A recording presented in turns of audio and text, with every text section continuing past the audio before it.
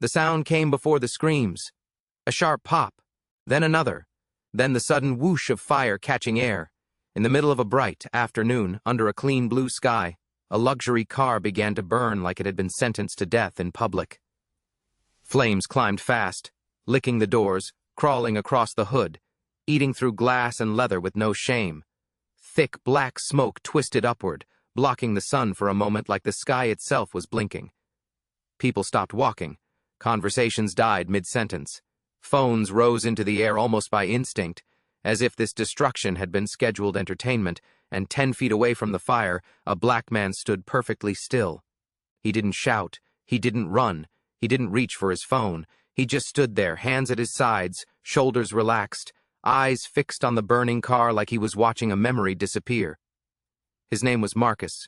Mid-30s, clean face, short hair, no jewelry, no designer labels, just a plain dark jacket and worn shoes that told a story no one bothered to read. He looked like the kind of man people pass every day without seeing, the kind people assume things about without ever asking, the kind bullies mistake for safe. The car, though, told a different story. Custom paint now bubbling and peeling, rims that caught the sunlight even as they blackened, an interior that smelled like smoke and money.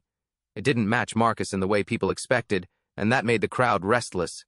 3 young men circled the fire like they owned it, laughing, high-fiving, feeding off the attention. They were loud in a way that demanded to be heard, their voices cracking with that dangerous mix of youth and arrogance. One of them kicked the bumper with his sneaker, then stepped back like he'd scored a goal. "That's what happens when you park where you don't belong," he shouted. The words landed heavy. Not because they were clever, because they were familiar. A ripple of laughter moved through the crowd. Some people laughed because they thought it was funny. Others laughed because it was easier than thinking. A few laughed because they were relieved it wasn't happening to them. Someone yelled from behind a raised phone, "That thing cost more than your life!" The words echoed, ugly and sharp. Marcus didn't react. He didn't flinch when the fire popped again, didn't blink when the heat rolled over his face. His eyes followed the flames as they chewed through the seats, the dashboard, the steering wheel he had held so many times. Each crackle sounded like a page tearing. People waited for something from him. Anger, tears, begging, anything that fit the story they were already telling themselves. But Marcus gave them nothing. Inside him, memories rose and fell like waves. Early mornings, late nights, long drives, deals signed in silence, mistakes learned from. Victories never announced. He watched it all burn with a calm that unsettled even him. A woman standing near him shifted uncomfortably. She leaned toward her friend and whispered, "Why isn't he doing anything?" Her friend didn't lower her voice when she answered, "Because guys like him never can." The words hit harder than the heat. The 3 young men noticed the stillness then, the way Marcus hadn't moved, hadn't begged, hadn't played the role they expected. That kind of calm felt like a challenge, and bullies never ignore a challenge. One of them broke away from the circle and walked toward Marcus, too close, invading space the way people do when they think they have power. His smile was wide, cruel, hungry for a reaction. "You gonna cry?" he asked, tilting his head. "Or you gonna thank us for teaching you a lesson?" The crowd leaned in. Phones zoomed closer. This was the moment they'd been waiting for, the part where the quiet man either snapped or shrank. The fire crackled behind them, loud and impatient. Somewhere in the distance, sirens began to wail, faint at first, like a warning no one wanted to hear yet. Marcus lifted his eyes slowly.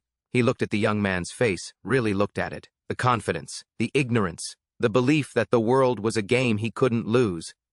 When Marcus finally spoke, his voice didn't rise. It didn't shake. It cut through the noise like a blade sliding free. "You should have walked away," he said. "That was it. No threats, no insults, just truth." The young man blinked, then laughed, loud and sharp. "You hear this guy?" he called to his friends.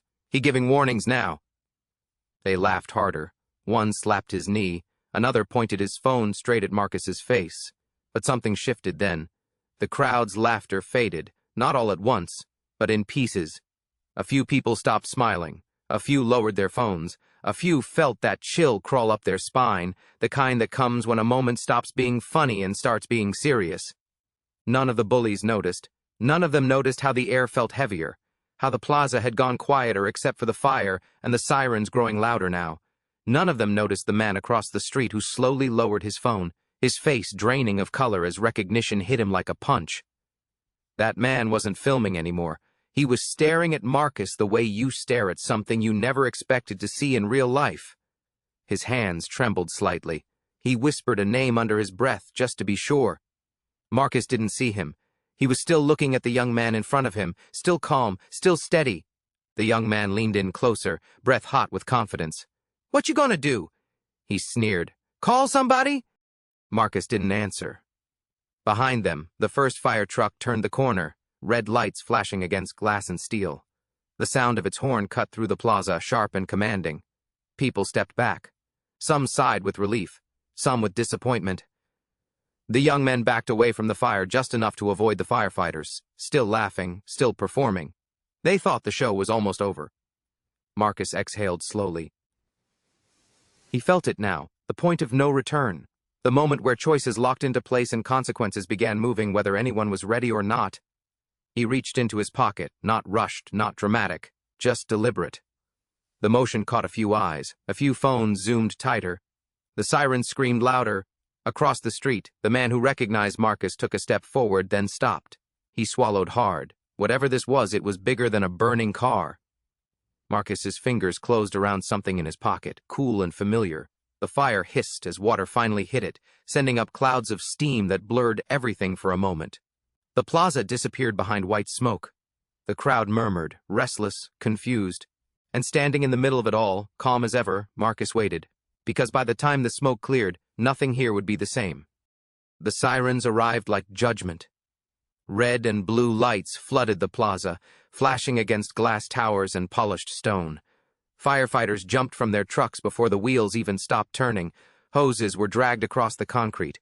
Water hit flame with a violent hiss, sending steam into the air.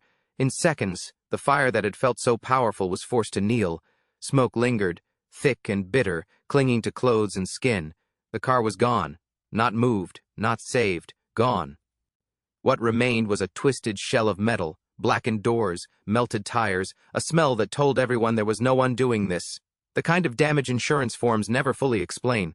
The kind that feels personal even when you try to pretend it's just things. Marcus stood exactly where he had been before.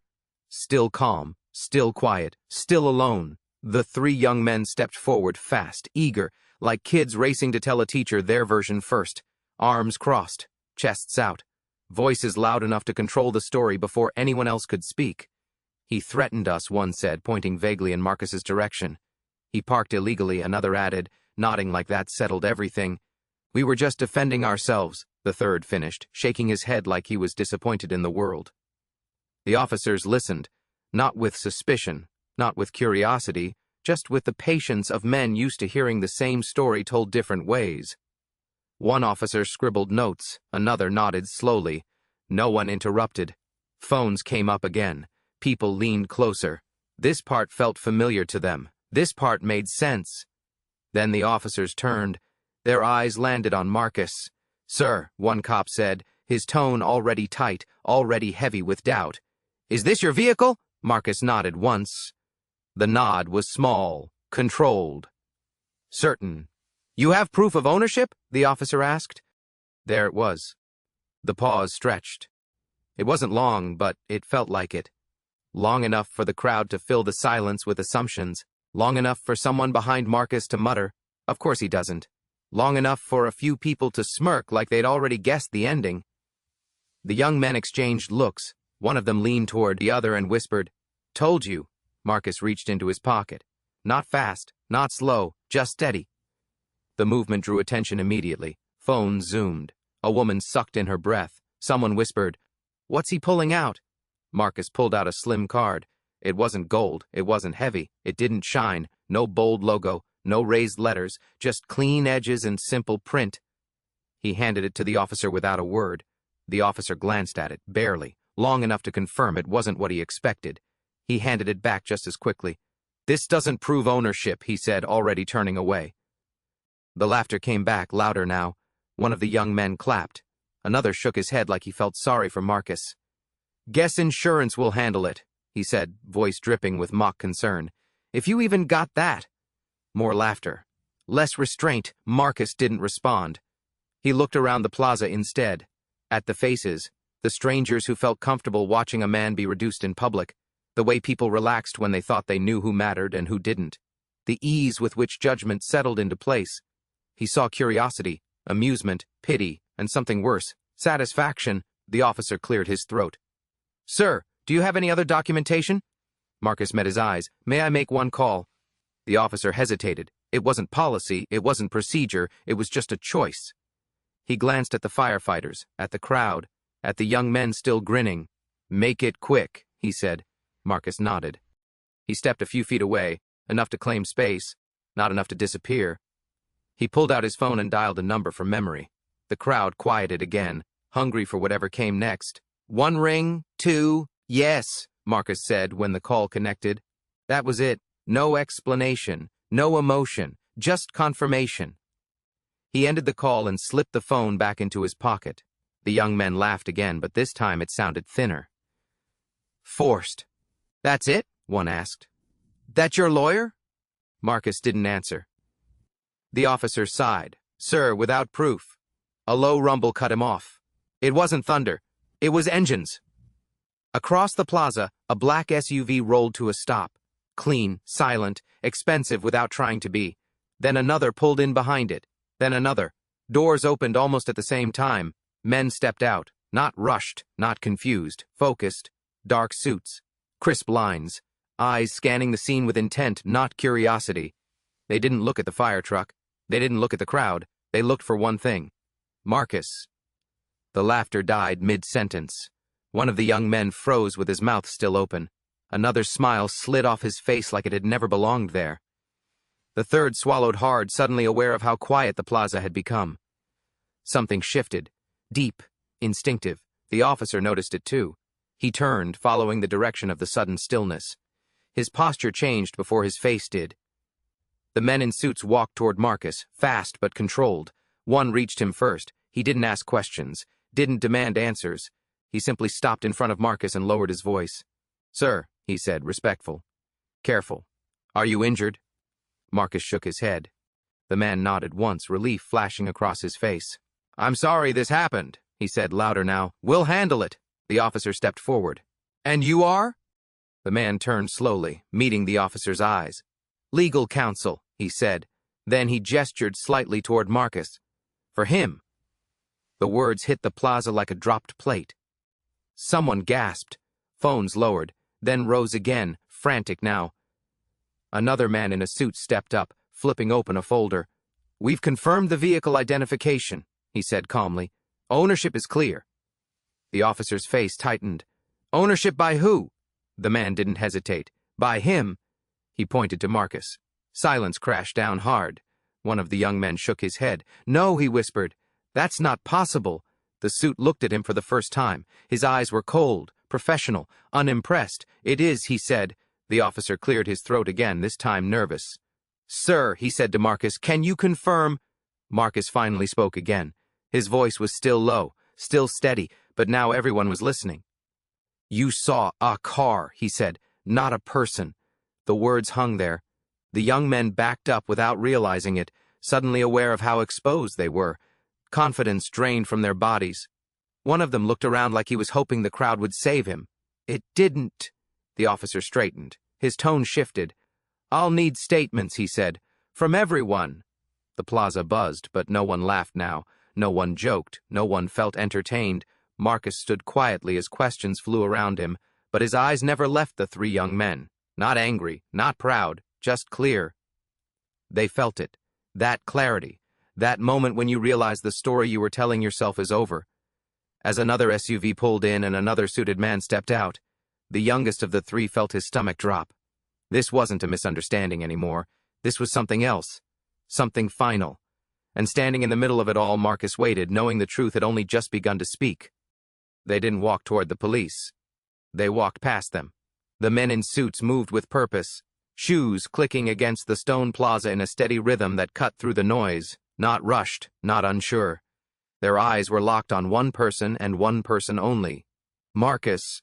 The officer noticed it too late. He turned, confused, his hand lifting slightly as if to stop them, then hesitating when he saw their faces. Calm, focused, certain. One of the men reached Marcus first. He stopped at a respectful distance. His voice was quiet, but it carried. "Sir," he said, "are you hurt?" Marcus looked at him for a long second. Then he shook his head. The man nodded once, relief clear in his eyes. "I'm sorry this happened," he said. Then louder now, loud enough for the officers, the crowd, and the young men to hear. "We'll take responsibility." That sentence changed the air. The officer stiffened. His shoulders squared. "And you are?" he asked, trying to reclaim control. The man turned slowly, meeting the officer's gaze without fear or challenge. "Just truth." "Legal counsel," he said. Then he lifted his hand slightly and gestured toward Marcus. For him, it took a second for the words to land. Then phones dropped. Someone gasped out loud, a sharp sound that echoed in the sudden quiet. Another man in a suit stepped forward, opening a folder with practiced ease. His voice was calm, professional, deadly in its certainty. "He owns the company that manufactured this vehicle," he said. He paused, letting it sink in, and 3 others parked on this block. Silence crashed down harder than the fire ever had. The plaza froze. People stared at Marcus like they were seeing him for the first time, like their eyes were adjusting to a truth that had been standing there the whole time unannounced. The 3 young men didn't speak. Their faces drained of color. The jokes evaporated. The confidence that had filled their bodies minutes ago left them hollow. One of them shook his head, lips trembling. That's not possible," he stammered. Marcus finally turned to face them fully. His eyes were steady, not angry, not proud, just clear. "You saw a car," he said quietly. "Not a person." The words didn't echo. They didn't need to. The officer cleared his throat, suddenly aware of every eye on him. His tone changed instantly. Sharp edges replaced doubt. "I'll need statements," he said, "from everyone involved. Not suggestions, instructions." Another officer stepped forward, already calling for backup. A third began speaking into his radio, requesting surveillance footage from nearby shops, traffic cameras, and the plaza itself. The truth started moving fast. Footage pulled up on a tablet. Clear angles, clear sound, the young men laughing, the kick to the bumper, the fire being set, the slurs they didn't realize were being recorded, their faces sharp and unmistakable. One officer's jaw tightened as he watched. Another shook his head slowly. "Intentional damage," one said quietly. "Hate-based harassment," another added. A pause. "Check their names," a voice said from behind. The check took seconds. Prior offenses, disorderly conduct, assault, one unpaid warrant, then another. The young men felt it closing in. Their shoulders sagged. One rubbed his hands together nervously. Another stared at the ground like it might open and swallow him. Cuffs came out. Metal clicked. No shouting now. No jokes. No bravado. As the first pair snapped shut around a wrist, the crowd murmured, not with excitement, but with something closer to shame. People shifted their weight. Some looked away. Others stared, forced to watch the ending of a story they had cheered for moments earlier. One of the young men turned his head as he was led away. His voice cracked. "Please," he said, looking at Marcus. "We didn't know." Marcus met his eyes. "That was the problem," he said softly. The words followed them as they were guided toward the patrol cars. Doors opened. Doors closed. The sound was final. The plaza stayed quiet. People didn't know where to look now. At Marcus, at the police, at the blackened spot where the car had burned. At themselves.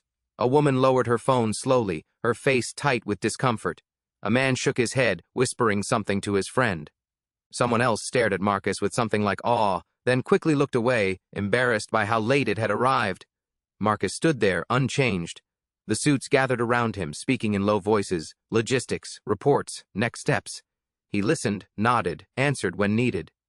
But his eyes drifted across the plaza, taking in the faces. The ones who had laughed, the ones who had stayed silent, the ones who had assumed. He didn't blame them, not anymore. This wasn't about anger. It was about exposure. The officer approached again, his posture different now, respectful, careful. "Sir," he said, "we apologize for the misunderstanding." Marcus looked at him. "There was no misunderstanding," he said. The officer swallowed, then nodded. "Yes, sir." Firefighters finished, packing up. The smell of smoke lingered, stubborn, like a reminder that some things don't disappear just because the flames are gone. One of the suited men leaned toward Marcus. "We can arrange transport," he said. "A vehicle will be here shortly." Marcus nodded. "Thank you." As they waited, the crowd began to thin. People drifted away, quieter than they had arrived. Conversations were low now, serious. Some avoided looking back. Others glanced at Marcus one last time, curiosity mixed with regret. A young boy tugged on his mother's sleeve. Why were they mean to him? He asked. She didn't answer right away, because there was no easy answer. A black sedan pulled up smoothly at the edge of the plaza. The door opened.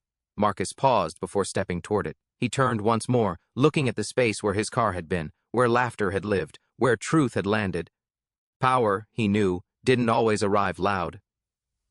Sometimes it stood quietly and let the world reveal itself. He stepped into the car. The door closed softly.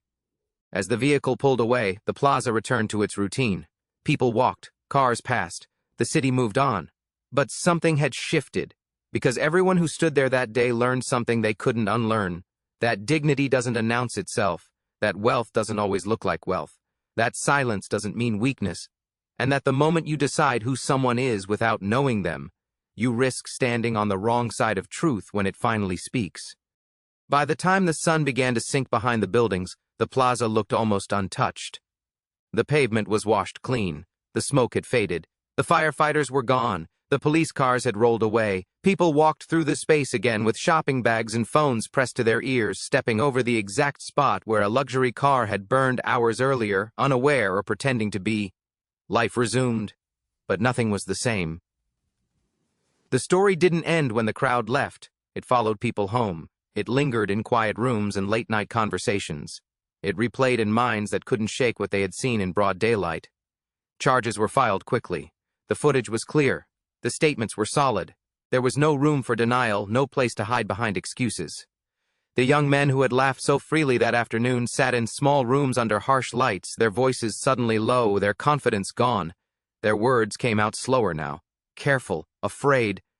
Careers ended before they ever began.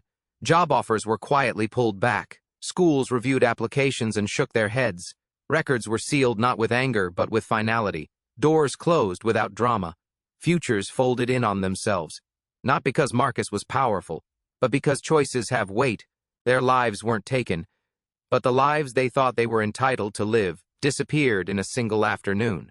The version of themselves that felt untouchable, protected by noise and numbers and laughter, was gone. Marcus watched none of it. He declined interviews when reporters called. He ignored the messages asking for statements, for sound bites, for a quote that would fit neatly into a headline.